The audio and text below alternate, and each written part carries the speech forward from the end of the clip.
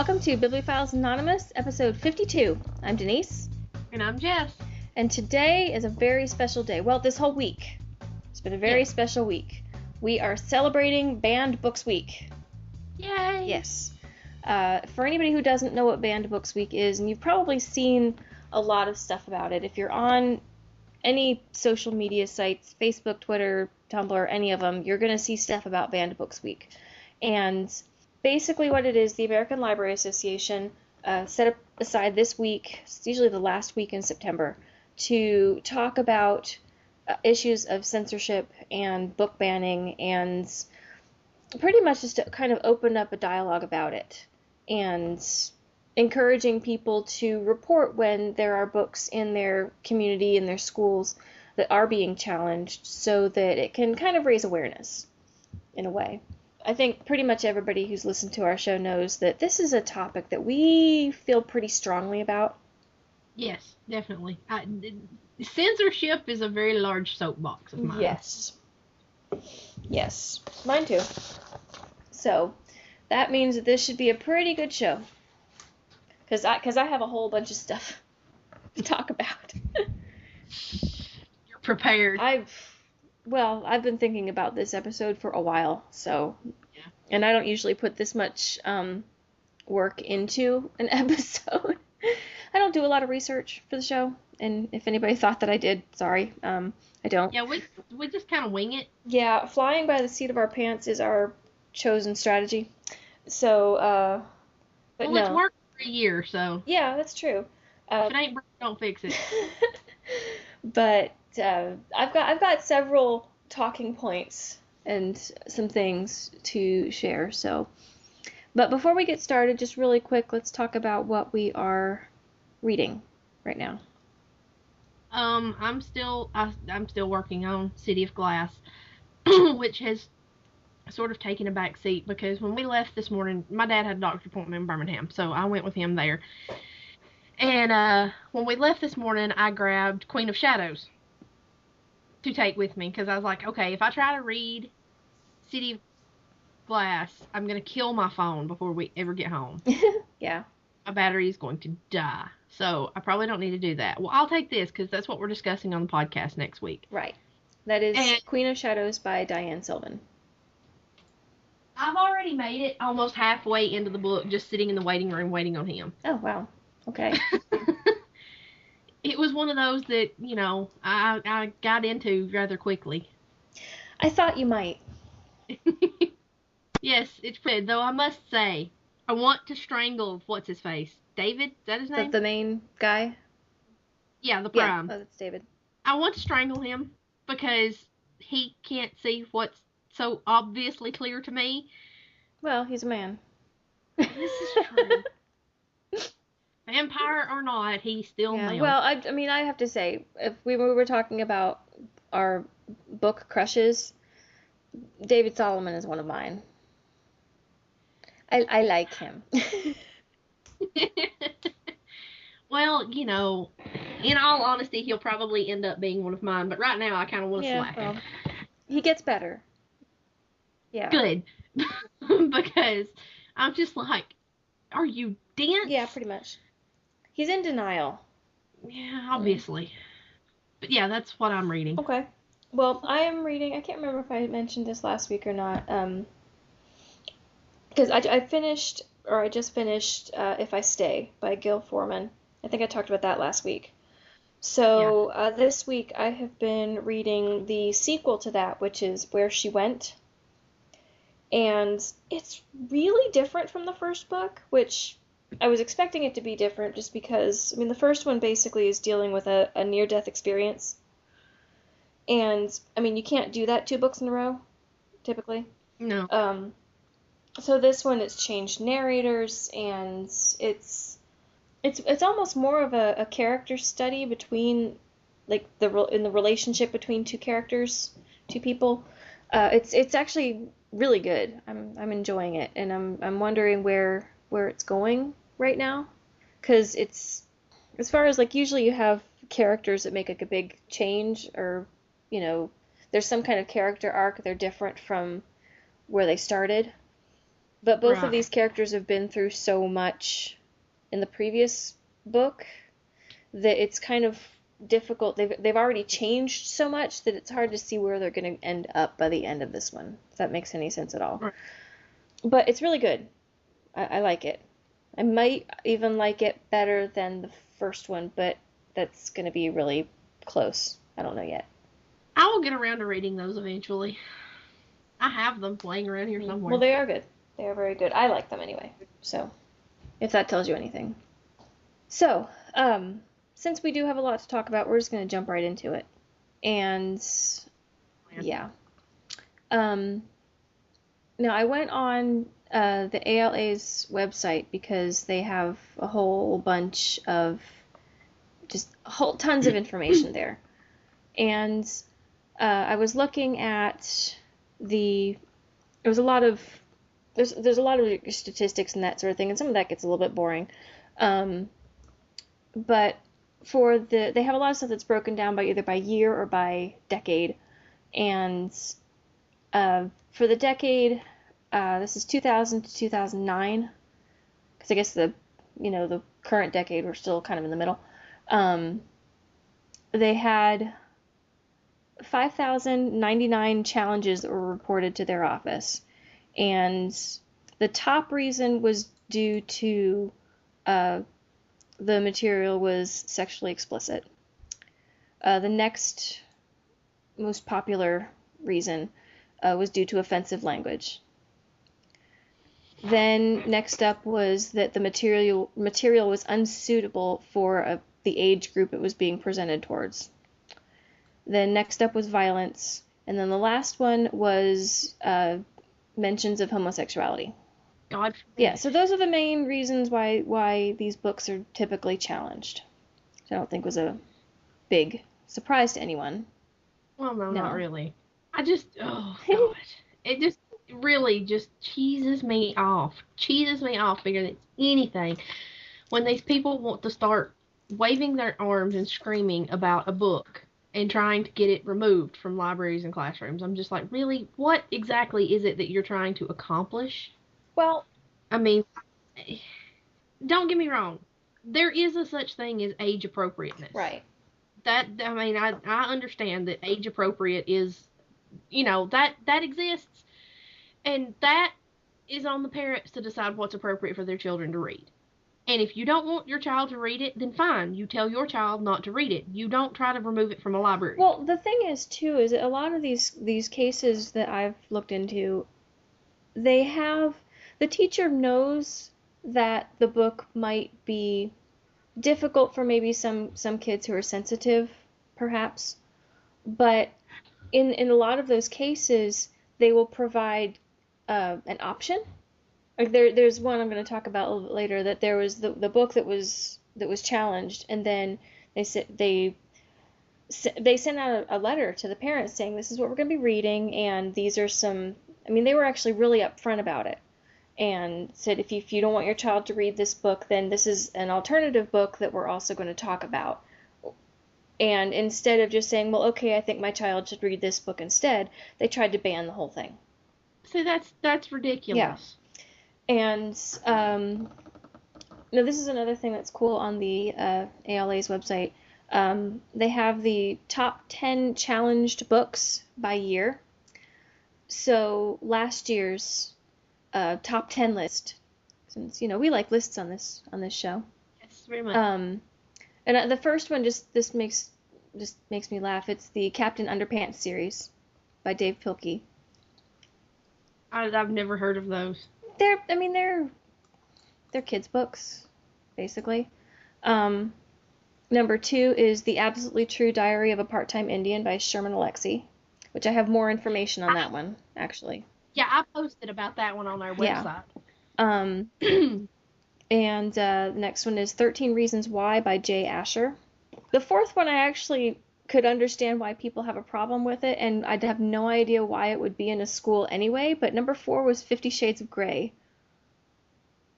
Of all of them on the list, okay, that one I can understand why it's banned.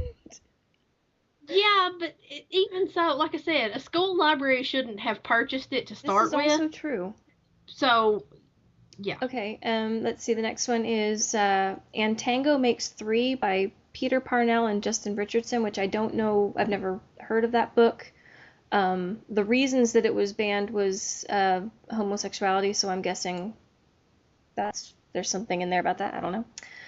Number 6 is The Kite Runner by Khaled Hosseini. Hosseini, I think. I've not read that one either, but I know other people who have, and they said it's an amazing book. Looking for Alaska by John Green. That one I have read, and it's a very good book with a very strong message to it. So, they can just deal. Number 8 is the Scary Stories series by Alvin Schwartz. Number 9. Oh, I remember those. I grew up on those stories. Number 9 is The Glass Castle by Jeanette Walls. I don't know that book. And number 10 is Beloved by Toni Morrison. So that is the top 10 books that made people uncomfortable or made them think. So congratulations. yeah. See, I've noticed that's kind of a thing. If a book actually makes people stop and think and have to face, reality. Yeah. They're like, oh no, we can't have that. Well, and I think part of it is because, and I don't know, I'm the first one to say that I grew up really sheltered, and this is not a criticism on my parents or on any teachers, but I'm not even going to say that it really was detrimental, but there were a lot of things maybe later in life that I wasn't quite prepared for because I didn't have any exposure to anything, Right. And, well, let's talk about, there's several links that are going to be in the show notes because there were a whole bunch of articles and blog posts. Like I said, if you're anywhere on social media this week, you're going to see a whole bunch of stuff about various topics on book banning. And this particular blog post, it's another WordPress blog that I follow, and it's called The Librarian Who Doesn't Say Shh, which I love the title of her blog anyway. But she has this whole case study about the absolutely true diary of a part-time Indian. Now, I've read a couple of Sherman Alexie's books and some of his short stories, and he's an amazing writer. He writes a lot about his experiences being Native American, surrounded in a mostly white school or neighborhood, and kind of the challenges that he's faced because of that. And so I love how what is her name? Her name's Tara. She's the one who wrote this blog where she was talking about the reason why the English teachers love assigning this book, because it does talk a lot about the Native American culture and what it's like living on the reservation as opposed to not living on the reservation. It's a really interesting book because of that, and it's also has really strong character development. And the main reason that it's been challenged is mostly because of the language. There's some bad language in it. There's a couple of other reasons, but they're not as big. Like they said, that there is some homosexuality, but it's only briefly mentioned. There's some violence and some drunkenness, but none of it's portrayed in a good light. It's obviously something that's not a good thing to do. Right. But it was challenged at let's see, I'm not sure it is exactly, but she says Antioch High School, but I'm not sure where that is. And this is the one where they were given an alternative. And it was this book was added to a summer reading list for incoming freshman students. And according to the blog, Tara says that the teachers selected the book because the main character's conflicts going back and forth between two cultures would kind of reflect the conflicts that the freshmen might face entering into high school, having this completely new experience. So they were given that book to read, and then they were given an alternative if they didn't want their kids to read this book. And there were 7 parents who complained and said that the book was vulgar and it was racist and it was trashy. See, I don't know if it. I mean, is there a certain point where you reach an age that you miraculously forget what being a teenager was like? I think so. Because I don't know about you, but my recollections of being a teenager is that teenagers are cruel, filthy-mouthed little beings. Oh yeah, pretty much. Yeah, I mean it's So, they especially like I said, this is when they're trying to shelter their kids from this other thing. And again, if you didn't want your kid to read this book, they didn't have to. There was another choice. And there was one thing that they said, that it was really hard to find books that please everyone, because they had all these parents that are saying, "Oh, well, you need to find something that's less vulgar and less, inappropriate." And there were students that are saying, "All we read are these boring books. We want something that's more interesting." And right, see, that was when I was in high yeah, school. They're signing all this stodgy old stuff, and it's just like, this is so boring. And parents don't give their teenagers enough credit. oh, I agree. As human beings, because if you've done a good job raising your child, they're not going to turn into some wild maniac just because they read a book. Well, and the thing that always gets me is that they seem to want people to read this literature or these books that have the exact same ideas that are just like them. And Yeah. I don't see what the benefit of that is. I don't want to read about somebody just like me. To me, that's boring. I know about me and my Right. very, bland lifestyle. I want to read about somebody who's different, who lives in a different place, who has different experiences. Otherwise, why bother? Right. Well, that's like the link you shared this morning about the Rainbow Rowell book. Yes. The thing that gets me about that is, when somebody writes something that confronts a topic like bullying, which is a very, very real thing that happens that tends to get swept under the rug. Oh, yeah. The people don't want that read, because then they have to confront the fact that this actually happens. Mm-hmm. And they have to deal with it. And my comment on this was, my thought on this was, people who are challenging this book are people who were never bullied in school, probably grew up fairly well off, and were probably the ones who did the bullying. So they don't want to have to face the reality of what they've done and the reality that this takes place. Or their children are the ones doing the bullying, not the ones being bullied. And it's like, you can't just stick your head in the sand and pretend this stuff doesn't happen and remove all references from it from, life in general. You can't do that. Right. Well, in the book that we're talking about, it's Eleanor Park by Rainbow Rowell. And this is another one that I have not read. It's on my to be read list. It's just not one I've gotten to yet. And what had happened was there was going to be an event that Rowell was going to speak at. It was in Minnesota. And the library that was hosting it basically pulled their invite and asked her not to come because there was a protest about it. And let's see. This is another link that's going to be in the show notes, because it's a really good article. And basically, the book is about these two teenagers, Eleanor and Park, and they're kind of misfits. And basically what they're doing is neither one of them are well off. In fact, they're both very poor.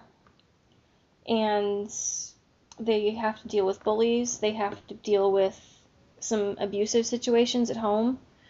And they have to, basically they kind of find each other, and they fall in love or fall in like, however you want to say it, because they're teenagers, so they're still kind of young and immature in many ways, but instead they're focusing on the fact that they didn't like the fact that the F word was used.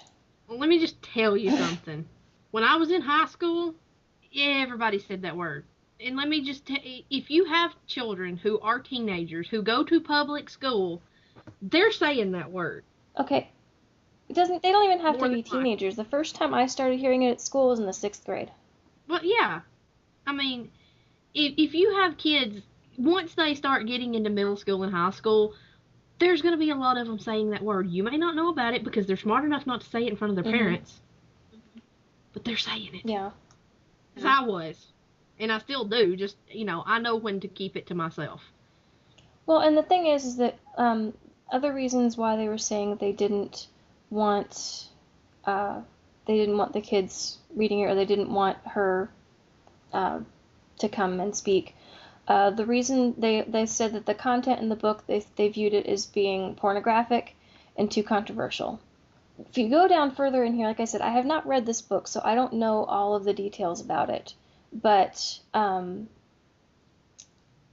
this is what the author said when asked about the profanity. She said the main characters very rarely swear, and they don't feel comfortable swearing. And about other content, she said, Eleanor and Park don't smoke or drink or do drugs, and they decide not to have sex. So, okay, so basically what you're saying is the two main characters are actually pretty decent kids who are trying to overcome some obstacles, but they're seeing some, maybe not so good stuff happening outside, but they're choosing to kind of rise above it. Right. And that's not appropriate? Yeah, that's a bad thing. That's horrible. Yeah. You shouldn't try to do it. So that's something that I don't understand. You shouldn't rise above your station. And basically that's part of what she's frustrated with. I mean, one of the things that the book deals with is that Eleanor lives with her mom and her stepfather, and her stepfather is abusive. And so the article says, the real profanity in this book does not start with F. It starts with B for bullies and the P word, poverty. Being too poor to own a toothbrush or having to use dish soap for shampoo. But because these people are trying to basically not let that get them down, we have to nitpick everything to try and say, oh, well, it must be obscene. Yeah, which, that just really pisses me off. And this is something that makes me want to take out my soapbox and parade it around in front of everybody. Well, because this is another quote from the author. She said, when these people call Eleanor and Park an obscene story, I feel like they're saying that rising above your situation isn't possible, that if you grow up in an ugly situation, your story isn't even fit for good people's ears, that the ugly things cancel out everything beautiful. I mean, how sad is that? Yeah, well, she has a point, because that's kind of what's happening. These poor kids who are bullied are trying to make the best of their situation and trying to, have a life and be happy, and we can't have that, because if you're poor, you have to be miserable. Yeah. But again, it's talking about a situation that a lot of kids probably face. And I mean, I can't specifically say that I was bullied that much. I mean, maybe a little bit, but I also switched schools quite a bit, so nobody ever knew me enough to bully me, so, that kind of worked in a way. I went to school with the same group of people from the time I was in kindergarten till the time I graduated high school. And, well, I went through elementary, kindergarten through 8th grade, and then we had to transfer to the high school, which the last 4 years meant, a lot of new people. And I was always sort of the outcast that was on the fringes of the popular cliques and everything, partially by choice because I really just didn't care, but partially because I really did not fit in with any of those people. I mean, I had friends that were in those groups that weren't as, oh my God, you don't fit in, I can't talk to you, as the rest of them, because there was a lot of that went on. And I wasn't really bullied that much once I got into high school. I was more in elementary school. But it's something that happens, and it's a problem. And teachers, I can remember, never take it seriously enough. Never. If a kid comes and says that other kids are picking on them or they're being bullied, the teachers are just like, oh, just ignore them and they'll stop. That was what I always heard. Well, and the problem too is that there's so many classes where the classes are overcrowded, and the teacher literally does not have time to deal with all of the situations that they might need to. So if one kid is saying that the other kids are picking on them, there's not really anything that teacher can do except maybe try and give a half-hearted stop doing that, or they have a whole bunch of other different things that they're trying to deal with. This is true, but I live in a small town, and overcrowded classrooms were never really a problem here, because it's a very, very small town. It was just in my class that graduated from junior high was 13 people. 13 kids, and they didn't have time to take it seriously when I said, they're bullying me. Yeah. And my class at Macedonia was never bigger than that. It was always a very, very small class. I don't know how many times I was told, just ignore them and they'll stop. And I'm like, I try, that doesn't work. Right. It's always bothered me that it was never taken more seriously. It's always bothered. Even my parents would tell me, oh, just ignore them and they'll stop. And I'm like, that doesn't work. Do you not remember what little, how horrible and awful children can be from when you were a child? Have you reached that magical age where you suddenly forget what being a child or a teenager's like? Yeah. See, I really hope, for my kids' sake, that I don't get to that point. Because I was a very shy and sensitive kid. And there were things that really, really bothered me at school. And I'm not saying that with some of these books, if they were assigned to me to read in school, even when I was older in high school, like I said, I was really sheltered, and so I was pretty innocent for a good portion of it. And I might have felt really uncomfortable reading some of the books and some of the language and some of the situations. But that doesn't mean that, see, you shouldn't just be like coddled your entire adolescence. I think it does more harm than good. It's like this. At some point, you have to let your children grow up. They have to be able to face the reality of the world. And in the end, so what if they read a book that has the F word in it? It's just a word. That's all any curse words are. They're just words. And I want to know who sat around and decided that the word shit is so much worse than the word crap when they mean exactly the same thing. That's a fair point. And that's the thing with all of the bad words. They have a less quote unquote vulgar counterpart, and it's okay to say those even though they mean exactly the same thing. Who is to tell me what I should be offended by? Well, and here's the thing too, as far as language goes. Now I went to, for middle school and for the beginning of high school, I went to an inner city school. It was right in the middle of downtown Fort Lauderdale, Florida. You think I didn't hear language every single day? And eventually it's not shocking anymore. And now, does that mean that I said all of those words all the time? Yeah, sometimes. But number one, your kids are going to know what these words are already. And if you feel strongly that they shouldn't use these words, and you have taught them that, then just because they read it in a book, they're not just automatically going to, come home swearing like a sailor. Or they're already saying them at school. They're just not saying them around you.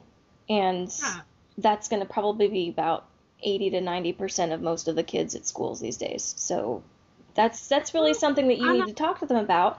And what better way to talk to them about it than having them read something? Right. Well, see, like I said, I know when I was in school, especially once I got into high school, it's everybody around me saying all these words. I was saying all these words. And I will be the first to tell you, I have a potty mouth. I do. But I know when it's very inappropriate to use those words. Mm-hmm. like doing this podcast, or when I'm at work, or when I'm around certain friends of mine who don't say those things, or when I'm around my parents, I might let some of the, you know, lesser offenders slip every now and then. Because my parents say those words. I don't say the F word in front of my parents. You can learn, you can teach your child, you know, these things are not polite. You shouldn't say them, you know, in mixed company. There's a time and place for everything. Right. And what better way to illustrate that than to let them read something that shows this kind of language and how it's used and how vulgar it can be. But no, instead, we want to ban these books and not let our children read them, because all we should read is goodness and light and rainbows and unicorns. Yeah. Because that's all the world is, don't you know? Of course. Yeah, but the thing...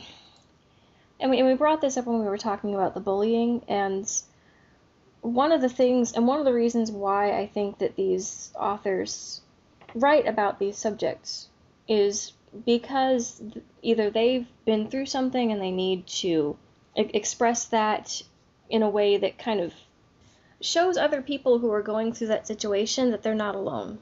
And especially something dealing with something like bullying, and another book that I'm going to bring up here in a minute, because this is going to be like a double soapbox, because it's going to bring up two topics that are really, really, like, just red button issues for me. But if you have a book that yet might have a very sensitive topic, I might be uncomfortable reading it. But there's a very good chance that somebody else who is given that book to read could be really, really helped by it, or be taught something by it. And I think that my discomfort is a good enough trade-off for that. Right. So if I'm uncomfortable reading about kids being bullied, but I'm not necessarily being bullied, if there's three other kids in that class who are sitting there reading it and saying, okay, well, they got through it, then I can too, and all of a sudden they feel a little bit better, then it's worth it. Right, exactly. There's a lot of tough stuff that people in this world have to deal with. And anything out there, be it a book, for me it was always music, that can make it a little bit easier and make you feel like you are not alone and you are not the only one that knows how that feels, then it's a very good thing. And if these books that confront issues like bullying or homosexuality even, that's another one of my soapboxes, because I think everybody in this world has the right to love who they want to love. Regardless of, you know, whether you're a boy that likes boys or a girl that likes girls. Yeah, as far as I'm concerned, it's none of my business. Exactly. This is all these people who get on this religious soapbox about how homosexuality is a sin and you shouldn't be that homosexual because it's wrong. I'm like, how does that affect you? You're not going to go to hell for what they're doing. Right, and last year when we talked about this topic, I brought up a book by Maureen Johnson, who you know is a favorite of mine, and she wrote a book called The Bermuda's Triangle, and it's about these three friends, the three teenage girls. It's the summer before their senior year, and the one girl goes off to this college kind of leadership seminar camp thing, and she's gone for most of the summer. And the other two girls stay behind, and they're working for a really cheesy theme restaurant and kind of basically having a horrible summer because they're so bored and, you know, their job sucks and everything else. Well, they've been friends since they were in elementary school. But while the one girl is gone, these other two kind of end up in a relationship. And just to be clear, not like a just friends relationship, like a romantic relationship. And so the book got challenged because, what was the one that somebody said? It encourages girls to just sleep around with whoever they want in order to find themselves. To which Maureen's response was, there's no sex in this book at all. There's some kissing, but teenagers do that all the time. But there's no sex. But the fact that it was, you know, two girls in a romantic relationship, people found that offensive. But that's not really what, at least to me, that wasn't the main point of the book. I mean, part of it was a little bit about the girls trying to figure out what was going on, because the one girl never really thought of herself as being gay. The other one was kind of sure, but was just, I mean, so it was kind of trying to figure that out.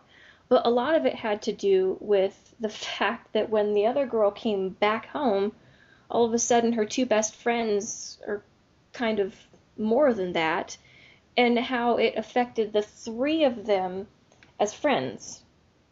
Which, that kind of situation would have happened whether it was a girl and boys, or whatever gender mixture you had. It was still going to have that kind of weird awkwardness of your friends not just being friends. And it was more about that and how their friendship changed than it was, oh, well, it's about the gay girls and they're, doing all this stuff. No, they weren't.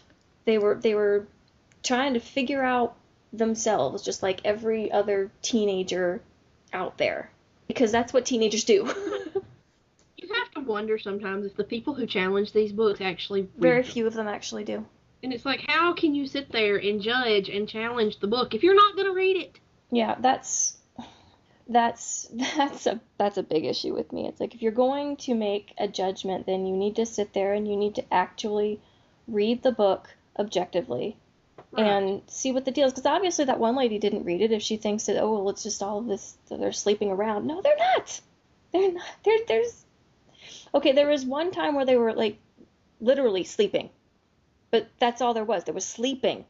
I don't think that's what she meant when they, usually the phrase sleeping around doesn't actually mean sleeping. No, not usually. Generally, there's some more, other things going on. But, yeah. But to me, there was absolutely nothing offensive in that book at all. I thought, it's a funny book, and it's touching and sweet, and again, it would be something that, a kid might read, and either it kind of answers questions about, maybe one of their friends came out, and they don't quite know what to think about that, because you always thought of this person as being one way, and all of a sudden they're saying, no, really, I'm not. So maybe that helps them try and work that out in their mind. Or maybe it's somebody who's been in the closet and they don't quite know how to deal with that, and it's something that will help them, or at least know that they're not alone. Yeah. And this is gonna bring up the last book that I really wanted to talk about. And again, I hate to keep saying this. This is not a book that I have read yet. It's one I plan on reading eventually, once I get the rest of this book stack down a bit. And I went to the library, too, which was a bad idea. I didn't need to go to the library. I didn't need any more books till I get rid of the ones I have. It's so tempting for me because I work in Fife, and the library I really like going to, I could go to very easily one day on the days that I get off work early, because it's just right up the road. And it's like, no, you don't need to go to the library. No library.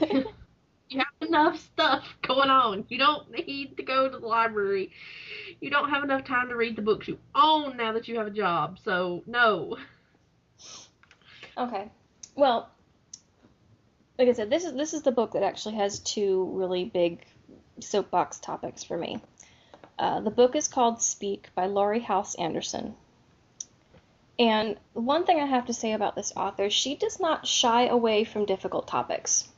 And this is why people love her, and why her books keep being challenged over and over again. To which I say bravo. But anyway, I'm going to give away a little bit of a spoiler here, but if you're anywhere hearing anything about this book, you already know the spoiler, so it's okay. But this is the blurb that's on Goodreads. Melinda busted an end-of-summer party by calling the cops. Now her old friends won't talk to her, and people she doesn't even know hate her from a distance. The safest place to be is alone inside her own head, but even that's not safe, because there's something she's trying not to think about, something about the night of the party that if she let it in, it would blow her carefully constructed disguise to smithereens, and then she would have to speak the truth. Now basically what happened at the party, now I think she's 14. I don't remember how old she's supposed to be now. But basically at the party, she was raped by some older kids. And this book has been challenged because of being, and I don't know how explicit she gets with any descriptions, But that's the main reason why this one gets challenged. But here's part of the problem that I have with trying to ban the book. There was a reviewer on a Goodreads. Again, I haven't read this and I haven't really heard much from, like, I had the quotes from Rainbow Rowell when we were talking about that from the newspaper article. But this reviewer on Goodreads, she said that her version of the book has an interview with the author. And the author, this is a quote that she's giving for the author, but I don't have any backup for it. But I'm going to guess that she's, accurate. But the quote from the author says, "I've gotten one question repeatedly from young men, and these are guys who liked the book, but they are honestly confused. They ask me why Melinda was so upset about being raped." Okay, see, that just illustrates a serious problem. Well, exactly. And, okay, again, these are guys who read the book, and they were not trying to be smart alecks about it. They were being serious. They didn't understand what exactly the problem was. And they want these are good kids because they wanted to find out why. Okay, so just applaud them for doing that. But the main reason why people aren't talking to Melinda is because they're upset that she called the police because she was attacked. And there's such a, this isn't anything unfamiliar. We've had several instances that have gotten major national coverage about how people keep blaming the victims in situations like this. I don't remember with this one that I remember hearing about where it was a girl who was at a party, probably similar to this situation, and the boys who attacked her were like on the football team, and the whole city kind of was like, why is she trying to get these boys in trouble? They have such like bright futures. They were going to go play football in college and all this other stuff. It's like, well, okay, then they shouldn't have been acting like this at a party towards a girl. For real. But the community was upset with her. Now, granted, she was not making the best choices either because apparently she was way, way, way too drunk. And she was, obviously drinking underage. Okay, not the best of choices, but it's still not her fault. No. And so you take a book like this that is confronting it and showing exactly what happens to someone who's been through this, and they get really messed up. That's what happens. And it takes a lot for them to be able to get past it. Would this book have made me really uncomfortable reading it in high school? Absolutely. I would have been terrified of this book. But I think people need to read it. Yeah. And not just, teenagers. Yeah. Oh, this has gotten, like, a lot of critical praise from teenagers, from adults, from a lot of people. Because, like I said, she is a very brave author. She does not shy away from things just because they're uncomfortable. And, like I said, this is like the whole victim blaming thing. That one news story, I just had to like distance myself from it because it was so just the ignorance and the that always upsets me too. It's like, and I hate to say this, I really do, but it's because women are still discriminated against in this country. Oh, absolutely. I mean, we want to stand back and throw stones at the Middle East because of the way their women are. But yet, we have a problem in this country where if a woman is raped, we want to blame her. Yeah. We don't have, people who live in glass houses shouldn't throw stones. And we have no room to say anything about how women are treated in other countries when we can't even protect ours in a situation like that. This is true. I mean, it just really I'm with you. That's another one of my soapboxes that just really just cheeses me off. And the thing is, like I said, I would have felt really uncomfortable reading this when I was in high school, even as a senior in high school. I mean, like I said, I was really, really innocent as a teenager, and I would have been uncomfortable, but I would have recognized that it was an important thing to learn about. And besides that, now I'm speaking as a parent. When my daughter is a teenager, and if she was required to read a book that was speaking about this, or this book, in particular, I would be all for it. I wouldn't even begin, and okay, she might be uncomfortable about it because it's an uncomfortable topic. Guess what? You're supposed to be uncomfortable about it. You're Right. not supposed to be okay with it. Okay? That's kind of Yeah. the point. And if it helps, say that they're in the same class with my daughter is a girl who's been through the situation, and this book helps her to speak out about it, or helps her to find help, or to report what happened, or something like that. Or even better, if there are 5 teenage boys in my daughter's senior English class who read this and kind of have a whole new view on girls and how, not necessarily how they're supposed to be treated, because I'm going to guess that most kids are fairly decent. I mean, I don't think they're all a bunch of, maniacs, but it kind of changes the way that they view girls and how they treat them. I mean, Right. I just think that reading books like this do a lot more good. And if it makes a couple of kids in the class feel a little bit uncomfortable, you know what? A book like this, you'll be done with it in like a few weeks. And then you'll move on to something else. Just hang in there, and eventually it'll pass, and then you can read something you're more comfortable with. But I think it does more good than it does bad. See, that is the problem, is that in this country, in an effort to try to make everything better, we want to ignore reality, when that is the exact wrong way to go about it, because if you don't learn about the mistakes of the past, you are destined to repeat them. If you don't teach boys what a violation raping a girl is, and how horrible it is, and how bad it is for her to have to deal with that, then that's how they end up asking, well, why was she so upset by it? And you can say, well, it's the parents' job to teach that, it's not the school's job to teach it. Well, you know what? A lot of parents either don't, or they don't have time, or they don't want to talk about difficult subjects because they're uncomfortable talking about them. Right. Okay, well, then that just means that we completely ignore it? No. If you're not going to do it, then somebody has to, because this is a serious problem that is not going to go away unless we teach them from this level. See, that's the answer to everything is always education. Yes. You can't fix stupid. A lot of people say that, and it's true, but you can fix ignorance. Mm-hmm. Ignorance is very easily fixed by education. And yes, in an ideal world, it is the parents' job to teach their children give them a set of values and a set of morals that they can take out into the world and not be a horrible person. And to teach them what is and isn't acceptable. But, like you said, some parents can't, or are so uncomfortable themselves that they can't talk about it. And, like you said, somebody's got to do it. And our public school system is there for a reason. Mm-hmm.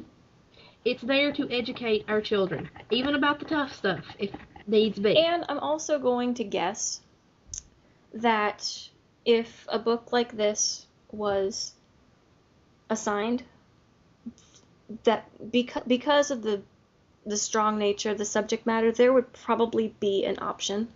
I'm just gonna guess that would be the case. I think if I were an English teacher and I decided to assign this book, I would probably just to try and make sure that it wasn't challenged, I would offer an option. just thinking politically in the way that the school system bureaucracy would go, I would offer an option. So, if you really felt that strongly that your children shouldn't learn this lesson, then they would have something else to read. But that doesn't mean that this one should be challenged necessarily. Right. I mean, maybe if it was, offered like to a younger audience. Like maybe freshmen in high school are too young for this, although I think that this girl was a freshman in high school when this happened to her. So maybe freshmen are too young, but junior and senior, I think that they're right in the right age to read it. Yeah. Well, like I said, there is a such thing as age appropriateness. Don't get me wrong. There definitely is. That's not the same thing as censorship or banning books. Right. And that falls on the parents and the individual child. Because children don't all mature at the same pace. No. And what your 15-year-old might be able to understand, there might be 16 and 17-year-olds that can't, that aren't ready for it. So that falls on the parents and the individual child to decide what is and isn't appropriate for them to read. If you decide it's not appropriate for your child, that doesn't mean you should try to have it pulled off the shelves so that nobody else can read it. That's not your prerogative. Well, no, I don't want other people to tell me what my child can and cannot read. Exactly. And I'm telling you right now, as soon as she gets into, like, high school, because I don't know if this happens as much with middle school, because I think that middle school is still considered pretty young and innocent, so they don't try and, like, push the really, really heavy stuff on them in middle school. I think usually it happens more in high school. I could be completely wrong, but that just seems logical. Well, it has been a while since either one of us were in high school. But if my daughter is in high school and I hear about a book being challenged and they pull it for some reason, I'll tell you, the first thing I'm going to do is I'm going to go find that book and I'm going to read it. Actually, chances are it'll probably be one I've already read. With the amount of teen fiction I read, it's probably going to be something I've already read.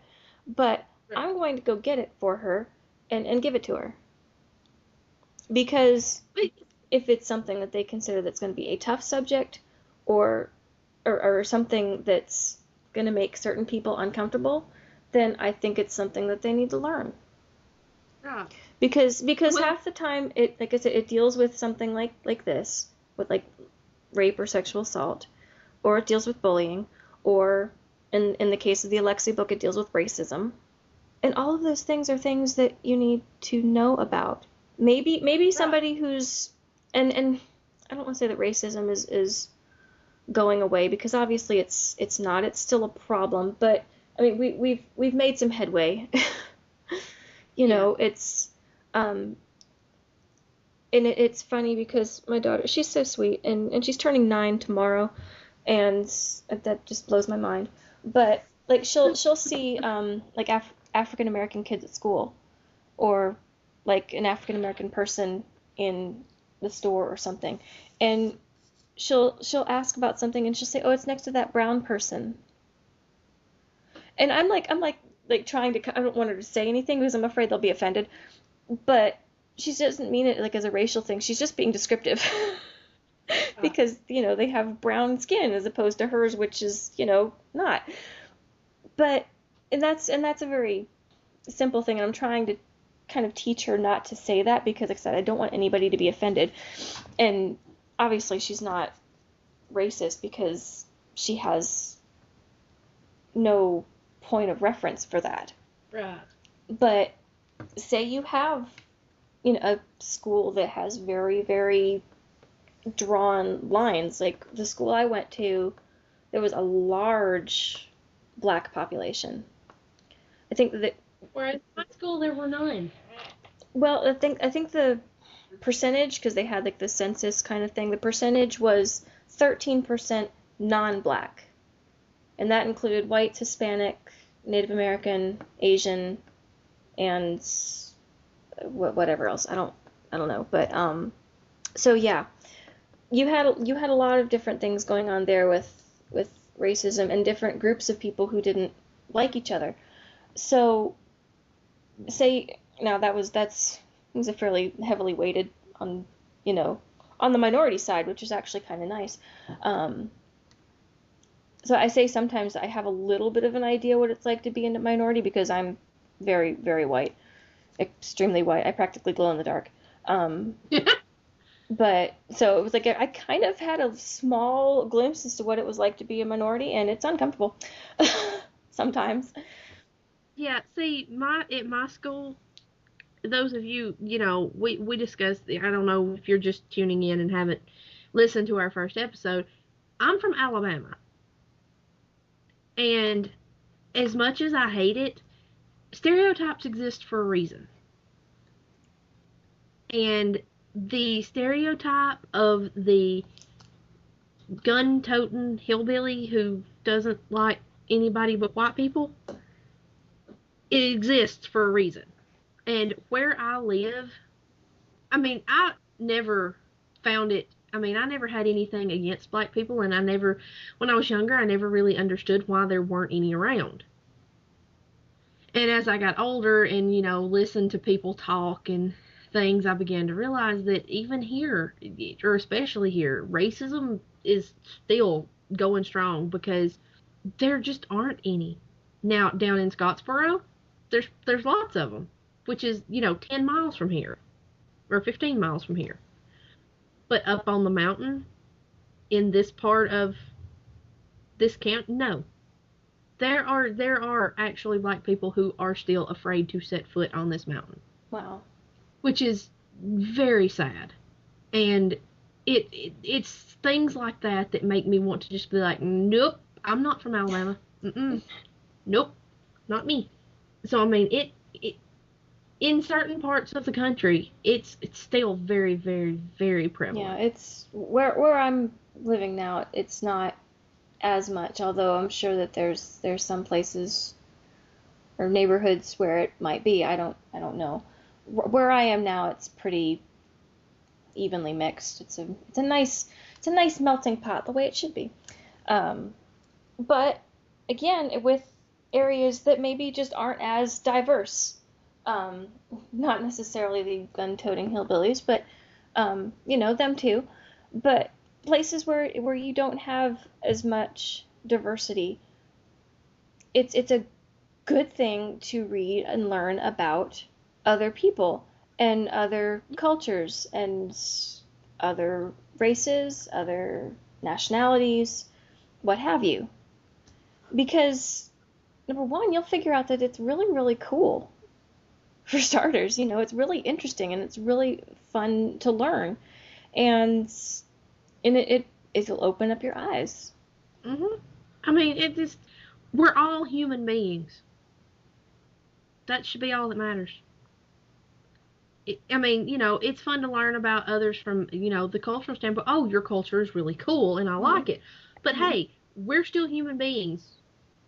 So we need to share this existence and, not hate on each other. Yeah. And reading books and learning that just because someone's skin color may be different or their eyes are shaped differently, you can learn that they're human beings just like you. Well, because that's just it. I mean, even the people who you think are completely different from you find out that really we're not all that different. We're pretty much, deep down, most people are pretty similar, for the most part. And reading books about different cultures and about different races kind of shows you that. And you can say, oh, well, it's fiction, it's just a book, it's not real. Well, no, but it's based on real things and real ideas, and it wouldn't be written otherwise. But right. you learn so much more. And because I can tell you right now, I've learned more about history reading fiction, fictionalized history, your historical fiction, than I've learned in history classes that I've taken over the years. This is true. Because it does draw you in, and it gives you characters to identify with. And one of my favorite books, now this isn't really, I don't think this one's been banned, but it's one that I read last year. It's called The Book Thief by Marcus Zusak. And it's about World War II and the Holocaust. And I learned so much from that book.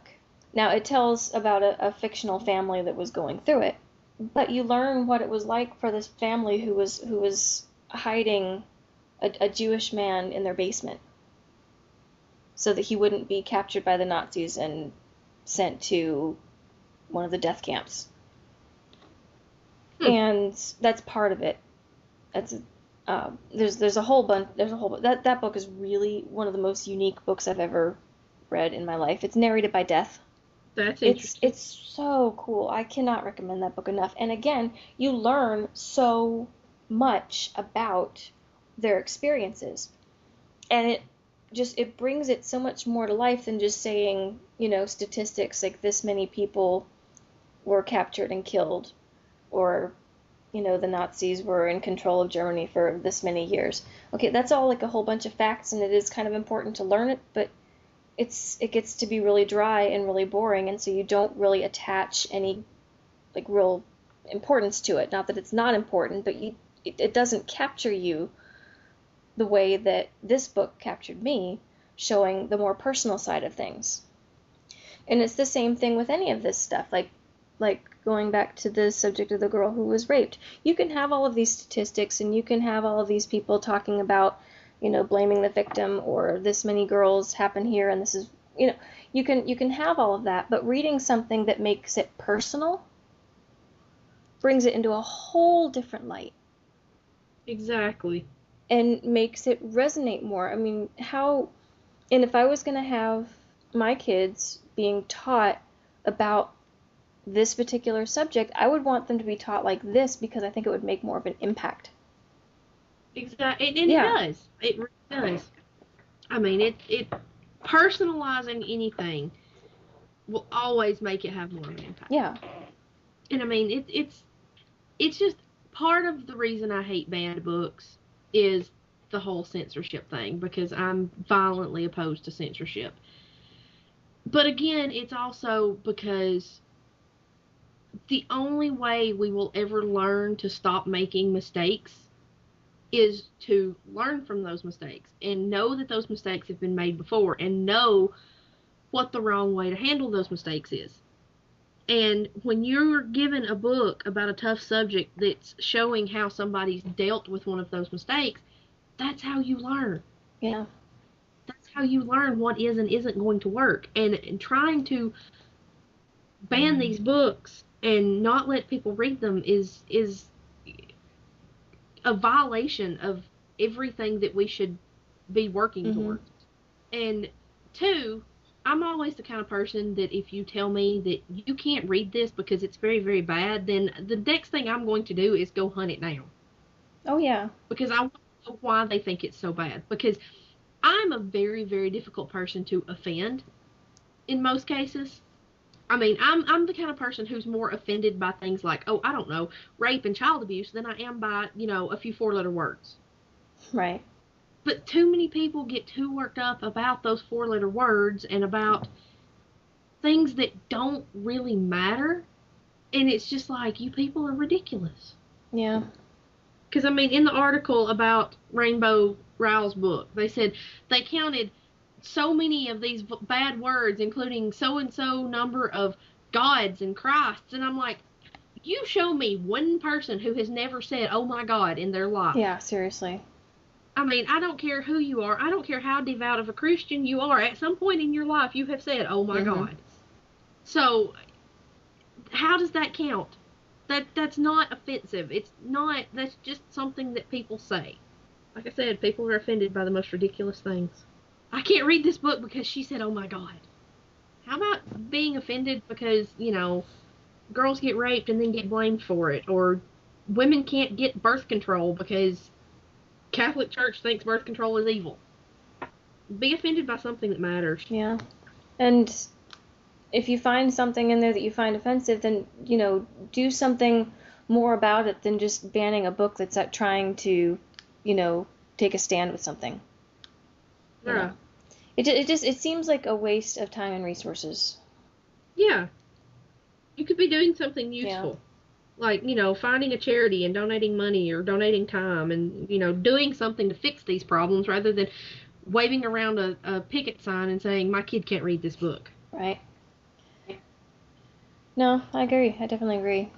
But we should probably think about wrapping this up a bit. And there's going to be a ton of links in the show notes, because I'm going to have links to the blog post about the Sherman Alexie book and the article on Rainbow Rowell And I'm going to try and see if I can find the interview with Laurie Halse Anderson, because I'm sure that there's more than just that little bit that I mentioned. So I'll see if I can find that somewhere on the internet. But there'll also be some links to the ALA's website, because they have a ton of information there. And my personal opinion is that you should take this list of banned and challenged books that they have on here And just read them? read as many of them as you can. And then tell people about them. Because there's a lot of people who don't even know about some of these books, because they didn't get to read them, or their kids didn't get to read them because they weren't given the opportunity. So read them and let people know about them. And the good news is that for the most part, when these books do get challenged, they also tend to get some publicity. And but I know that doesn't really help the authors. I mean, I felt so bad for Rainbow Rowell. She sounded so sad. As the person who was writing the article asked her, "Isn't it a badge of honor to be targeted for banning? Aren't you right up there with Mark Twain and Toni Morrison and all the greats? Shouldn't that be almost as flattering as your glowing New York Times review?" And Rowell said, "No, I don't feel good about this at all. I can't even." It took her a couple days to even be able to respond. That was how upset she was about it, because she had written this book that, was trying to give this kind of heartwarming message, and people weren't looking past. For somebody who, especially with this one again, is somebody who's growing up, especially in a impoverished neighborhood. And again, this is where you were saying some stereotypes are there for a reason, but you're going to hear more bad language in that sort of demographic. Right. So it's not just, if they're just throwing in like F words everywhere to just with no real reason for it, that's one thing. But if you're doing it because that's really the way that people talk, well, then that's really just more atmospheric than anything else. Yeah. Well, that came up in a conversation I was having with a friend one time about how she thought that To Kill a Mockingbird should be banned because it uses the N-word. And I'm like, no, that book is set in the late 20s, early 30s in Alabama. And that's how people talked back then. That's how it was here back then. We need to learn from that. Stop focusing on the fact that the book used the N-word and focus on the bigger message. Yeah. Well, I think we mentioned that last year, too, because we were talking about Mark Twain. Because some of his stuff has been challenged. I think The Adventures of Huckleberry Finn has been challenged, and that was part of the reasons, was because of racism. It's like, okay, well, yeah, there's racism. It was set, pre-Civil War. Yeah, there was a really extreme form of racism. It was called slavery. Yeah. So, it wasn't so much that he was being a racist. It was that he was being historically accurate. There's a big difference between the two. Even if he maybe wasn't completely accurate, which I think there's some, people who kind of have discrepancies with that. But still, he was setting a historical scene. He wasn't being racist for the sake of being racist. There's a difference. Yeah. And a matter of fact, I think Mark Twain actually was not racist, and he was trying to show people why you shouldn't. Yeah. I mean, people tend to get lost. People can't see the forest for the trees. They get caught up in the fact that, oh my God, this book has the N-word in it, instead of paying attention to the bigger message of, hey, racism is stupid. Right. It just really annoys me. Soapbox. Yeah. No, it does for me too. I mean, it's like let's ignore the wonderful friendship, this unlikely friendship between the white boy and the black slave, and how he was trying to save his friend and all of this. Just ignore that, and let's look at these other minor characters that use the N-word and, you know, do all this other horrible stuff, because, you know, none of that actually happened. Yeah. You know, let's look at the big picture.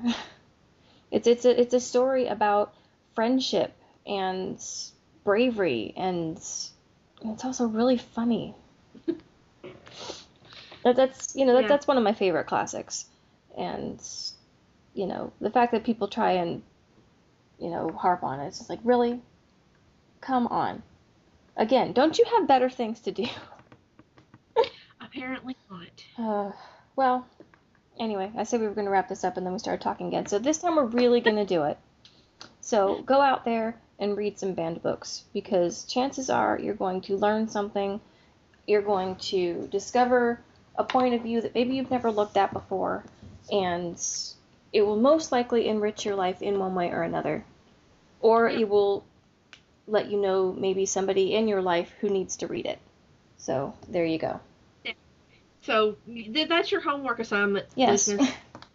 For next week, read a banned book. Yes, read a banned book and then tell us about it and tell us what you thought. There is your homework assignment for the week. If you have any other opinions about this topic, we would love. I mean, maybe you are somebody who thinks that we need to, be stricter with this. I mean, we're not. If anybody has an opposing view, we're not going to like get all up in your face about it. But if we want to have a discussion about it, by all means, Yes, we're open to discussion. I mean, I'm going to disagree with you probably, but yes, we're willing to listen. Yeah, but if you have an opposing viewpoint, I would be interested in hearing why maybe you think that a book needs to be banned or something like that.